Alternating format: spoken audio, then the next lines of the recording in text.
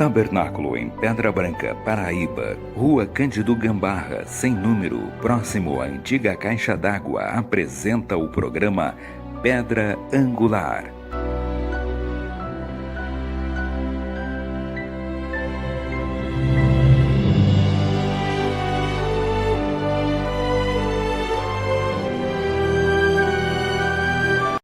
Mas ai de vós, fariseus, que dizimais a hortelã e a arruda, e toda a hortaliça, e desprezais o juízo e o amor de Deus. Importava fazer estas coisas e não deixar as outras. Lucas 11:42. Então disse: Eis aqui venho para fazer, ó Deus, a tua vontade. Tira o primeiro para estabelecer o segundo. Hebreus 10:9.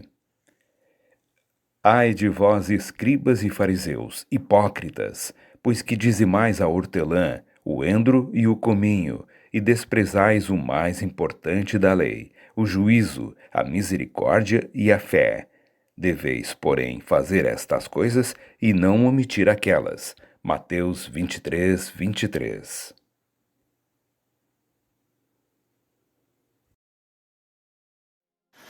Muito bem, tivemos a leitura da palavra e uma leitura maravilhosa e tremenda. Hoje nós vamos aprender muitas coisas maravilhosas a respeito dos dízimos. Importa fazer estas coisas sem omitir as outras. Deveis fazer estas coisas sem omitir as outras. Então veja só, eu tenho que fazer o principal e não omitir o secundário. Eu tenho que fazer o secundário sem omitir o principal. Você sabe que a coisa primordial e principal na vida de um cristão é o reino de Deus e a sua justiça, e as demais coisas vos serão acrescentadas. Então, se eu não faço o principal, o meu secundário que eu faço não vai valer de nada. Não servirá de nada. Eu dou dízimo, mas não pratica a misericórdia, o amor, o perdão, não vive na graça, não vive uma vida de obediência, isso não vale de nada, seus esforços são em vão. Ou melhor, eu penso que esse dízimo seria uma maldição. Como meu ex-pastor Rudimar Farias dizendo, tem pessoas que não estão na igreja, elas foram batizadas, mas vivem uma vida no mundo, mas dão dízimo. Observe só. Ouvi isto do meu ex-pastor, aquilo dizendo assim que as pessoas vivendo uma vida mundana, indo para as festas, no dia da ceia, vinha para a ceia, tomava a ceia, dava os seus dízimos, mas dá dízimo, isso é uma maldição, gente. Isto é uma maldição, isso está errado. Receber um negócio desse é uma maldição, a pessoa não tem vida consertada, não pratica o principal que é o reino de Deus e a sua justiça. Aí vive qualquer tipo de vida, vem no dia da ceia, toma a ceia, dá os dízimos e o pastor aceita. É isso que nós estamos vendo, muitos pastores desses na mensagem. Não leva as pessoas a uma vida de santidade e come os dízimos das pessoas, fica pegando os seus dízimos. Para poder sobreviver, né? Porque hoje existem muitos que não querem trabalhar. Então viver dos dízimos é melhor. É só usar o gogó, fazer um sermão, receber os dízimos do povo e aí viver desta maneira. Mas vamos lá. O meu assunto é isto aqui. Importa fazer o principal e também o secundário. Importa fazer o secundário depois que ter feito o principal. As duas coisas têm que estar entrelaçadas, tem que estar unida, senão não serve. Não adianta os fariseus dar o dízimo de tudo aquilo, mas não praticar a misericórdia, o amor, a fé, a compaixão. Não adiantava nada, seus esforços serão em vão. Em vão. Mas vamos lá, eu quero desmistificar hoje aqui esse pensamento que diz assim, não, o Novo Testamento não fala sobre dízimo. O Novo Testamento só começou com a descida do Espírito Santo do Pentecoste, ok? A nova aliança começou com o derramamento do sangue.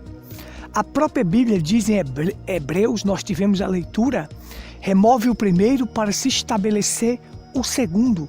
A primeira aliança tinha tinha altar, tinha sangue de animais derramados, mas esse sangue de animais não podia remover o pecado.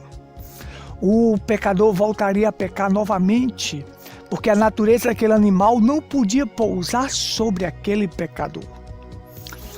Então, se a primeira aliança tinha um altar, tinha o sangue de animais, a nova aliança também teria que ter um altar e um cordeiro. Um cordeiro. Cristo, o Cordeiro de Deus que tira o pecado do mundo. Ele foi posto no altar, no Monte Calvário, e ali derramou o seu sangue. Aí está a nova aliança. Mas vamos entender isso aqui claramente. Observe.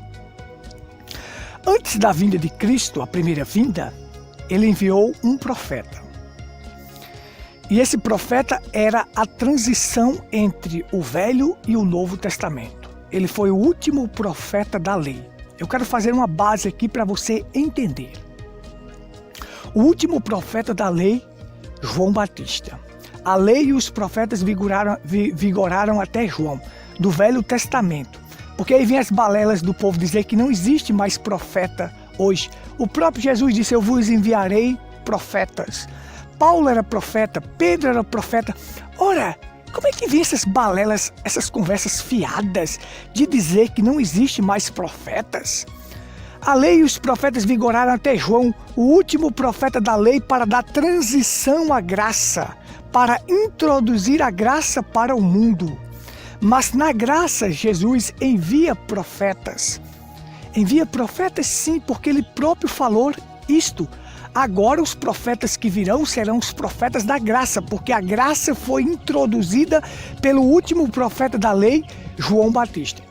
Bom, esse profeta da lei que introduziria a graça, que apontaria o dedo e dizia: é ele que vocês têm que seguir. Esse profeta, ele veio na virtude e espírito de Elias. Ele era a terceira manifestação de Elias na terra, já que esse espírito de Elias não é Elias como reencarnação que viria. Reencarnação é falso, é engano, é doutrina espírita. Era o Espírito que estava em Elias, que é o Espírito Santo, que dava virtude àquele homem, que dava poder àquele homem, sai daquele homem e pousa sobre outro homem para realizar as mesmas obras. O Espírito e poder de Elias estava em homens. Então a primeira manifestação de Elias foi Elias o Tesbita, dos moradores de Gileade. A segunda foi com Eliseu, em porção dobrada. A terceira vem em João Batista. Ele irá diante do povo no espírito e poder de Elias. Observe. Então essa terceira manifestação de Elias, conforme Malaquias 4, versículo 6, capítulo 4, versículo 6, a primeira parte do versículo que diz: eis que eu enviarei o profeta Elias, e ele converterá o coração dos pais aos filhos. Observe. Esse Elias, João Batista, converteria o coração dos pais, Israel, aos filhos, a nova aliança que viria. Já que este Elias, no amanhecer, ali era o amanhecer, no amanhecer, iria introduzir a graça, iria introduzir a Cristo. Por isso que Cristo disse: o maior de todos os profetas é João. Por quê? Porque ele viu a graça, ele apontou o dedo indicador para a graça e disse: é a ele que vocês têm que seguir. Ele apontou o dedo e disse: eis o Cordeiro de Deus que tira o pecado do mundo. Ele é o Cordeiro que começará a nova aliança com o seu sangue derramado. Observe. Então esse profeta viria introduzir a graça, introduzir Cristo, introduzir o Cordeiro para a nova aliança. Porque esse seria o Cordeiro que tira o pecado do mundo, que removeria o primeiro para estabelecer o segundo, estabelecer a nova aliança. E lembre-se que foi o próprio Jesus que disse: deveis fazer estas coisas sem omitir as outras. Ora, se está dizendo que eu devo fazer isso sem omitir aquilo, então eu devo praticar como Jesus ensinou. Aí vem essas balelas na internet dizendo, não existe mais dízimo na graça, dízimo é lei. Dízimo não é lei, dízimo é graça. A lei é sombra dos bens vindouro. Não existe sombra se não houver o real. Para existir uma sombra tem que haver um real.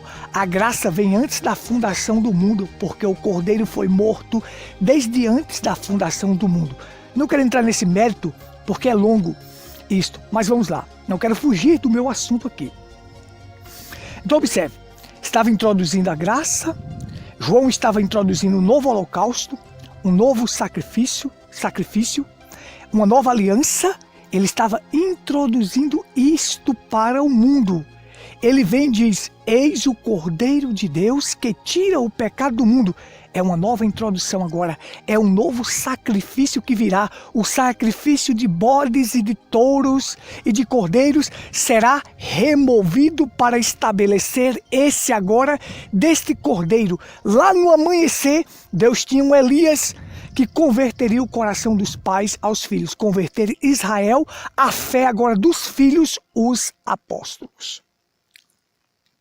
Já que no amanhecer os apóstolos eram os filhos, no entardecer eles são os nossos pais. Observe, deixa eu introduzir aqui para você entender. Você sabe que essa nova aliança começaria com essa morte deste cordeiro que viria tirar o pecado do mundo. Observe. Você vai ver que o cordeiro foi morto por o cordeiro foi morto por uma família, o cordeiro foi morto por uma nação e o cordeiro foi morto pelo mundo inteiro. Mas quando ele foi morto pelo mundo inteiro, aí já estava a nova aliança. Jesus disse, esta é a nova aliança no meu sangue. Todas as vezes que comerdes esse pão, beberdes esse cálice, anunciai a morte do Senhor até que ele venha. Este é o sangue da nova aliança. A nova aliança começa com o sangue derramado. E para poder ter o sangue derramado, tinha que ter um cordeiro. Quem era esse cordeiro? Cristo. Mas vamos lá, o cordeiro foi morto por como um animal por Abel. O cordeiro foi morto por uma família quando o sangue foi colocado nos umbrais das portas. Deus trouxe para Moisés os requisitos e Moisés passou para as famílias de Israel o que deveria fazer. Um cordeiro macho de 1 ano, sem defeito, deveria ser morto e deveria ser comido juntamente com a família. Tudo do cordeiro deveria ser comido e o sangue deveria ser colocado nos umbrais das portas, para que, quando o anjo da morte viesse, visse o sangue, quando ele observasse o sangue, passaria por cima. Isto é o que quer dizer a palavra Páscoa, passagem da morte para a vida. Onde o sangue está o sinal. A morte não entra ali. O anjo da morte passa por cima. É só uma passagem, ele passa. Então isso é Páscoa. Veja, agora observe. O cordeiro ali estava sendo morto por uma família. O sangue, como sinal, estava salvando aquela família. Então, no dia de Yom Kippur, também o cordeiro era morto por uma nação. Era morto o cordeiro e o sangue daquele animal era colocado numa bacia e Arão levava para o Santo dos Santos. Aquilo era o dia do perdão, o dia de Yom Kippur. O dia da expiação, no dia 10 do mês 7, era aquele dia que o pecado da nação de Israel era perdoado. Então eles tinham seus pecados perdoados naquele dia, o dia da expiação. Então precisava agora o cordeiro ser morto pelo mundo inteiro. E matar animais pelo mundo inteiro não tinha como, mas agora vem uma nova aliança. E essa nova aliança teria que ter um profeta para introduzir esse cordeiro que seria posto no altar e derramaria seu sangue pelo mundo inteiro. O cordeiro foi morto pelo mundo inteiro. Quem? Cristo, estabelecendo a nova aliança. Então como é que vem essas balelas se o próprio Cristo, esse Cordeiro, falou: importa fazer estas coisas sem omitir as outras? Você deve fazer estas coisas sem omitir as outras? Vem pessoas e dizem: não, já começou com a igreja. É claro que a igreja começou no Pentecoste, mas a nova aliança, o próprio Cristo diz, esta é a nova aliança no meu sangue. Remove-se o primeiro para estabelecer o segundo. Vamos lá. Então, esse João Batista, o profeta do amanhecer, o Elias, que viria converter o coração dos pais aos filhos, converter Israel à fé dos apóstolos, ele introduz o Cordeiro, Cristo. Começa-se uma nova aliança. A igreja é estabelecida e a igreja prega todas as doutrinas necessárias que nós precisamos. Um só Senhor, uma só fé, um só batismo. Tudo que precisava ser estabelecido pela igreja foi estabelecido. As doutrinas corretas. Mulheres não devem estar nos púlpitos, a doutrina da Trindade é falsa, o batismo é em nome do Senhor Jesus Cristo, a ceia com pão asmo, vinho puro e lava-pés, todas as doutrinas, doutrina da predestinação, eleição, tudo foi estabelecido de forma original. Deus levantou um profeta, Paulo, para estabelecer todas estas coisas. E ali foi estabelecido tudo. Aquilo era a primeira era da igreja. Eles faziam correto, tudo correto, as doutrinas estabelecidas. Mas ao longo das eras, isto foi caindo. Esse altar que foi levantado do Cordeiro da Nova Aliança começou a ser derrubado, porque eles começaram a se afastar da doutrina original dos apóstolos. E ao se afastar, esse altar estava caído. Então Deus, no entardecer, de acordo com Zacarias capítulo 12, disse, haverá luz no entardecer. No entardecer, ele levantaria a quarta manifestação de Elias para restabelecer este altar que estava caído. Lembre-se que o ministério de Elias, o tesbita, restabeleceu o altar caído de Israel. Então, este Elias, um homem que viria com espírito e virtude de Elias, que combateria a religião e as denominações e todo engano, iria restaurar de volta a doutrina apostólica. Um só Senhor, uma só fé, um só batismo, batismo em nome do Senhor Jesus Cristo, ceia com pão asmo, vinho puro e lava-pés, mulheres não devem estar nos púlpitos, mulheres não devem se vestir indecentemente, não devem cortar o seu cabelo. Ele iria estabelecer de volta, pregar aquilo que Paulo pregou. Tanto é que, além da cortina do tempo, na visão que ele teve na glória, na sexta dimensão, ele disse, se os de Paulo entrar, os meus também entram, porque eu preguei o que Paulo pregou. Então ele viria no entardecer para restaurar este altar do Cordeiro que estava caído, que foi derrubado ao longo das eras. Então veja só, como isso é tremendo e maravilhoso. O Elias no amanhecer levanta este altar onde se tem um cordeiro, ou seja, introduz o cordeiro, que o cordeiro será sacrificado. O Elias do entardecer, o profeta William Branham, vem para restaurar esse altar que estava caído. E nessas restaurações, em uma destas restaurações, ele fala sobre o dízimo. Ele desafia qualquer cristão. Eu creio no profeta William Branham. Tem gente aí querendo corrigir o profeta William Branham, mas isso está errado. Eu creio no profeta William Branham. Eu creio no que ele ensinou, que foi a restauração da palavra para nós. O meu Senhor, Salvador, Redentor, Curador, Libertador, Transformador é Cristo. Eu recebo um profeta na qualidade de profeta. Eu não vou tentar corrigir um profeta. Eu não vou tentar corrigir um homem que viveu mais que viveu mais na dimensão espiritual do que na dimensão física. Viveu 60% da sua vida na dimensão espiritual. Eu vou tentar corrigir um homem desse? Como tem muitos da mensagem aí tentando corrigir o irmão Branham. Que loucura, esses são os loucos. Veja, então ele veio e ensinou. Eu desafio qualquer cristão a entregar seus dízimos e ver se ele não será abençoado. Não é barganha. Cristão não faz isso por barganha, por troca. Eu vou dar meus dízimos para Deus me abençoar. Não, vou dar porque eu sou revelado, porque eu sou uma semente eleita de Abraão e toda semente eleita de Abraão é dizimista. Não faz isso por troca, por barganha, mas faz por obediência. Ele diz, o profeta William Branham disse, é dever de cada cristão dar os seus dízimos. É dever. E faça isto. E eu desafio qualquer cristão que dá seus dízimos de forma correta. Se ele não será abençoado.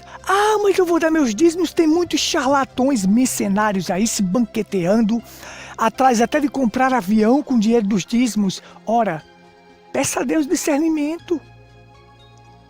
Não, dá seus dízimos no lugar errado. Você não deve fazer isso. Também deixar de dar os dízimos, você também não deve deixar de dar os dízimos. Então peça discernimento a Deus para entregar seus dízimos no local correto ao homem correto. A entregar para o homem correto. Porque eu sei que um homem de Deus usará os dízimos de forma correta. Ele vai aplicar cada centavo daquele dinheiro de forma correta. Ele não vai comer nos melhores restaurantes enquanto o irmão passa necessidade. Ele não vai andar de avião enquanto o irmão não tem uma bicicleta.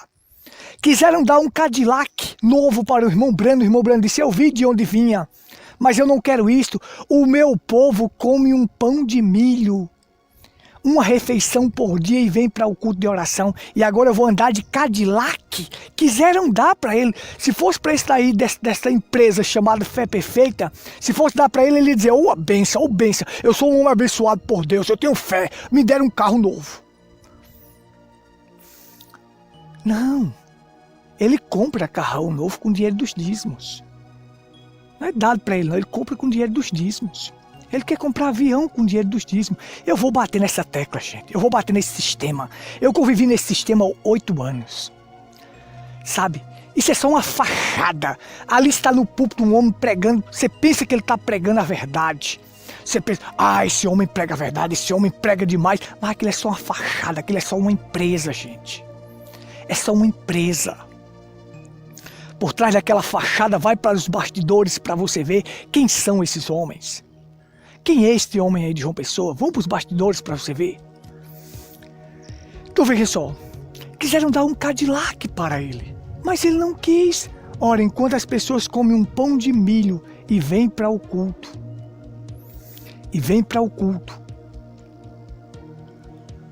Para o culto de oração. Elas vêm a pé. Não tem transporte. Eu vou agora andar de um Cadillac. Andar num Cadillac? William Branham disse, eu não vim para isto, eu vim para ajudar vocês. Eu vivo com $100 por semana e o restante vai para os campos de missões. Agora não venha mentir para perto de mim não, dizer não que o irmão Branham ganhava R$10.000. Ora, $100 por semana. Faça a conta. De quanto isso dá por mês? Para uma casa com 5 pessoas. Ou melhor, com 6 pessoas. Faça a conta. Então veja só. É isso, olha. O profeta William Branham foi exemplo. Foi exemplo em tudo. E ele nunca se corrompeu com dinheiro. Nunca. Agora só para concluir. O profeta William Branham estava viajando em um trem. E o trem parou em um local e ele iria comer um sanduíche. Só que naquele local era mais caro o sanduíche. Ele disse, não, eu vou deixar para comer o sanduíche na próxima parada, porque é mais barato 50 centavos. As pessoas perguntaram, mas irmão Branham, como é que você fez isso? Ele disse, eu vou prestar conta de cada centavo do dízimo, de cada centavo que o povo me deu. Eu vou prestar conta disso. Então era mais barato 50 centavos na próxima parada, ele deixou para comer na próxima parada porque aquilo era dinheiro do povo, gente. Mas vai para esses aí de João Pessoa aí. Aonde é que eles comem? Nos melhores restaurantes. Nos melhores. Se hospedam nos melhores hotéis. Peça discernimento a Deus. Peça a Deus para te ajudar onde você está dando os seus dízimos, para te ajudar a ter discernimento. Não dar os dízimos em qualquer lugar. Dar os seus dízimos é correto. Agora, em qualquer lugar, aí você está contribuindo para charlatões usufruir daquele dinheiro e usar aquele dinheiro de forma errada. Então peça discernimento a Deus para não fazer o errado e fazer o certo. Importa fazer estas coisas sem omitir as outras. Shalom. Você acabou de ouvir o programa Pedra Angular. Nosso WhatsApp para contato é o 83-98806-4810. Faça sua pergunta. Estamos à sua inteira disposição.